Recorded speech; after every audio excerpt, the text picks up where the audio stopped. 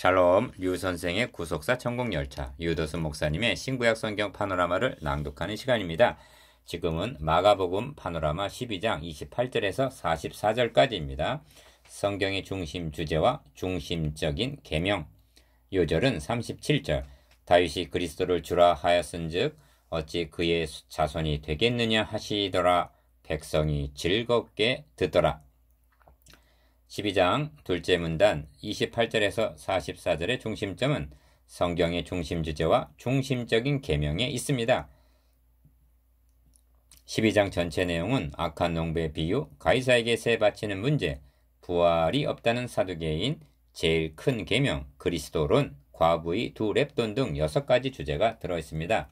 이 주제들을 놓고 대속제물이 되시기 위해서 예루살렘으로 오신 그리스도와 주님을 죽이려는 제사장, 서기관, 장로, 바리새인, 사두개인, 즉 당시 종교 지도자들과 성경에 근거하여 10절, 24절, 26절, 28절, 36절 논쟁을 하고 있는 내용입니다. 그러므로 이는 한가한 논쟁이 아니라 기독교의 중추적인 진리를 바르게 세우기 위한 중요한 장면인 것입니다.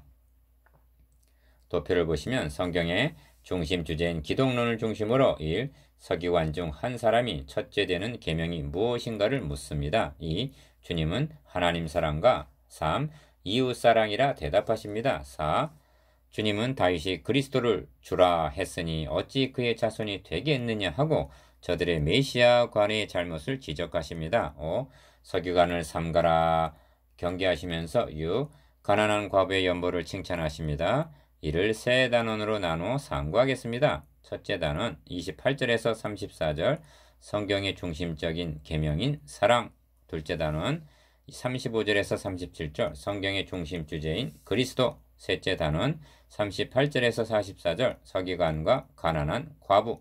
주제 성경의 중심 주제와 중심적인 계명. 기억 첫 단추를 잘못 끼게 되면 옷은 뒤틀리기 마련입니다. 이는 성경 해석에 있어서도 동일한 원리입니다. 성경의 중심 주제와 중심적인 계명이 잘못되면 신학사상이 무용지물이 될 뿐만이 아니라 도리어 큰 해독을 끼치게 됩니다. 주님 당시가 그러했고 오늘날도 여기에 문제가 있습니다. 니은 그러면 성경의 중심 주제가 무엇인가?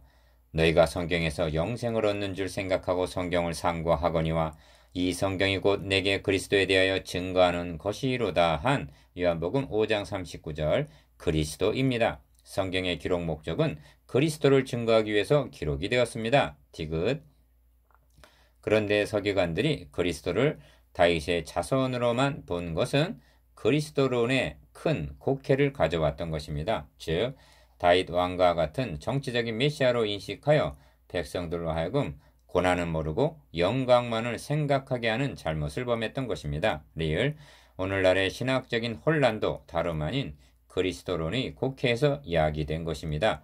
즉 대속제물이 되시기 위해서 오신 그리스도를 부인하고 역사적인 그리스도만을 강조하여 주님을 시민운동가처럼 만들고 있습니다.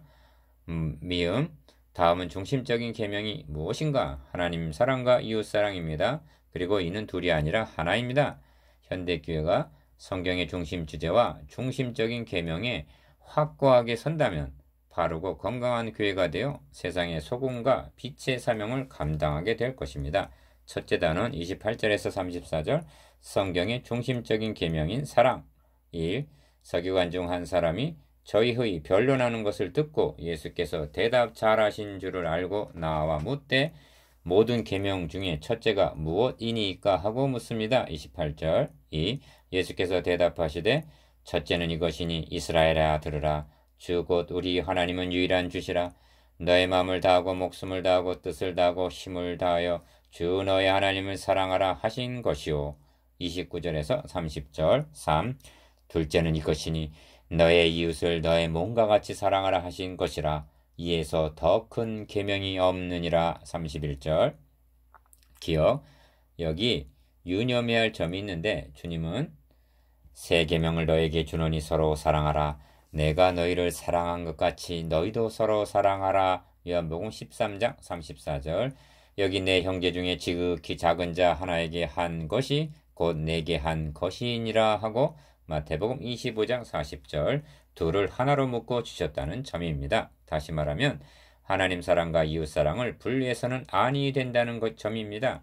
이를 별개인 양 떼어놓는다면 교회 생활과 사회생활 사이에 괴리가 일어날 수가 있습니다. 그러므로 사랑은 율법의 완성이요.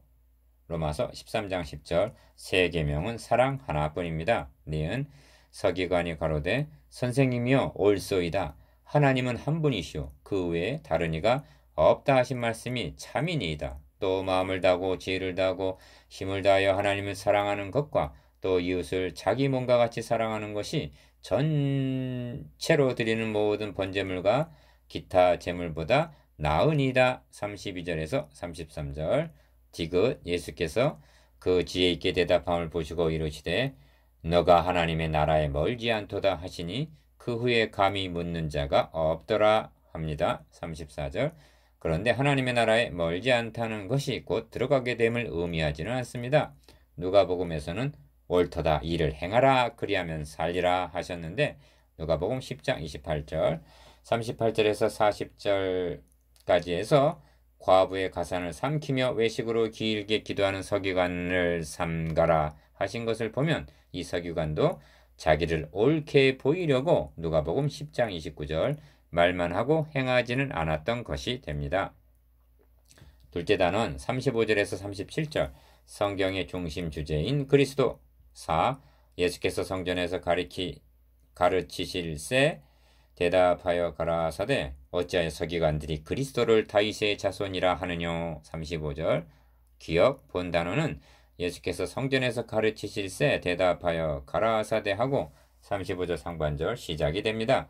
그러니까 주님은 본문에 나타난 외에도 많은 것으로 가르치셨고 대답하여 가라사대 한 것을 보면 저들의 잘못된 그리스도론을 발견하시고 이에 대답하신 것이 됩니다. 니은 다윗이 성령에 감동하여 친히 말하되 주께서 내 주께 이르시되 내가 너의 원수를 너의 발 아래 둘 때까지 내 우편에 앉았으라 하셨도다 하였느니라. 36절 이는 시편 110편 1절의 인용인데 다윗이 그리스도를 주라 하였은즉 어찌 그의 자손이 되겠느냐는 37절 상반절 말씀입니다.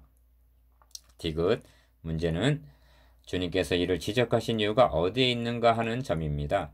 저들은 메시아를 유대나라를 로마의 속박에서 해방시켜 주실 다윗 같은 정치적인 왕으로 인식하고 있었을 뿐이요 만민을 구원할 구주임을 몰랐기 때문입니다.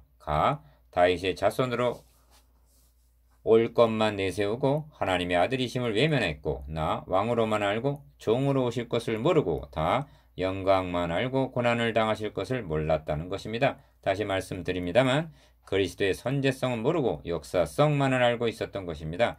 현대신학의 오류도 그리스도의 선제성을 인정하지 않기 때문에 처녀탄생, 구속교리, 부활, 재림 등을 부정하고 역사적인 위대한 인물로만 부각을 시켜 세속신학, 해방신학, 죽음의 신학 등 인본주의 신학을 주장하기에 이른 것입니다. 리을 주님은 말씀하십니다. 너희 조상 아브라함은 나의 때 볼 것을 즐거워하다가 보고 기뻐하였느니라.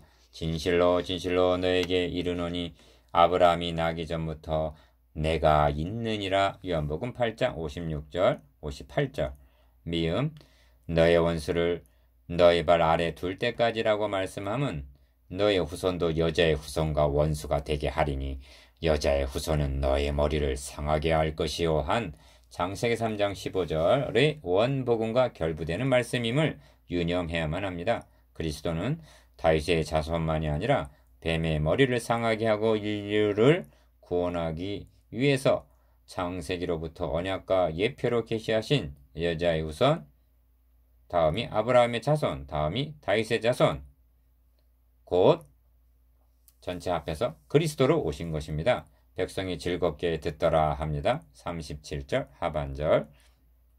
셋째 단은 38절에서 44절 서기관과 가난한 과부. 5. 예수께서 가르치실 때 가라사대 긴 옷을 입고 다니는 것과 시장에서 문안받는 것과 회당의 상자와 잔치의 상석을 원하는 서기관들을 삼가라. 38절에서 39절 긴 옷을 입고 다니는 것, 문안받는 것, 상석을 원하는 것들은 당시 종교 지도자들의 특성이었던 것입니다. 문제는 오늘날도 이런 것을 좋아하는 지도자들이 있다는 점입니다. 니은 저희는 과부의 가산을 삼키며 외식으로 길게 기도하는 자니 그 받는 판결이 더욱 중하리라. 40절 즉 선생된 우리가 더 큰 심판을 야고보서 3장 1절 받게 된다는 것입니다. 38절에서 39절까지가 외적인 외식이라면 40절은 내적인 탐심입니다. 외식 자체는 남에게 피해를 주지 않을 수 있지만 이것이 탐욕을 채우기 위한 양의 탈이라는 문제가 있는 것입니다. 이런 자들이 상석 즉 모세의 자리에 앉았으니 그러므로 무엇이든지 저희의 말하는 바는 행하고 지키되 저희의 행위는 본받지 말라. 저희는 말만 하고 행치 아니하며 하십니다. 마태복음 23장 2절에서 3절 6. 예수께서 연복궤를 대하여 앉으사 무리의 연복궤에 돈 넣는 것을 보실새 여러 부자는 많이 넣는데 41절 기억 한 가난한 과부는 와서 두 렙돈 곧 한 고드란트를 넣는지라. 42절 부자와 가난한 과부가 대조되어 있습니다. 그보다 앞서 과부의 가산을 삼키는 서기관과 가난한 과부의 대조인 것입니다.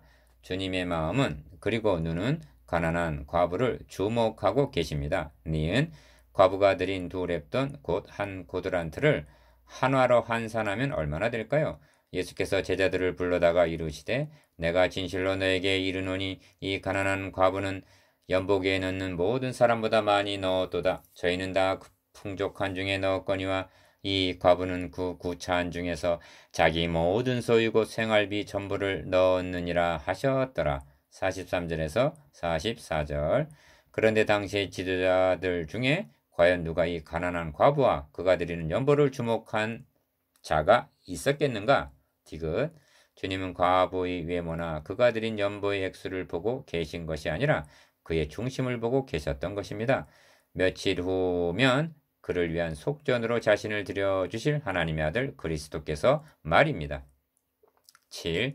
12장 전체 내용은 악한 농부의 비유, 가이사에게 세 바치는 문제, 부활이 없다는 사두개인, 제일 큰 계명 그리스도론, 과부의 두 렙돈 등 6가지 주제가 들어 있습니다. 핵심은 그리스도론에 있고 중심적인 두 주제는 건축자들이 버린 돌이 모퉁이의 머릿돌이 되었다 하신 악한 농부의 비유와 사랑하라 하신 중심적인 계명입니다. 오늘날은 그리스도인들 특히 목회자들이 건축자들이라고 말할 수가 있습니다. 그런데 라오디게아 교회처럼 그리스도를 복음을 버리고 있는 것은 아닌지 또한 입으로만 사랑을 말할 뿐 사랑의 열매를 맺지 못하는 무화과 나무처럼 된 것은 아닌지 심각하게 고민해야 할 것입니다. 8. 묵상해 보겠습니다. 기억 성경의 중심적인 계명인 사랑에 대해서 니은 성경의 중심 주제인 그리스도에 대해서 디귿 서기관과 가난한 과부의 대조에 대해서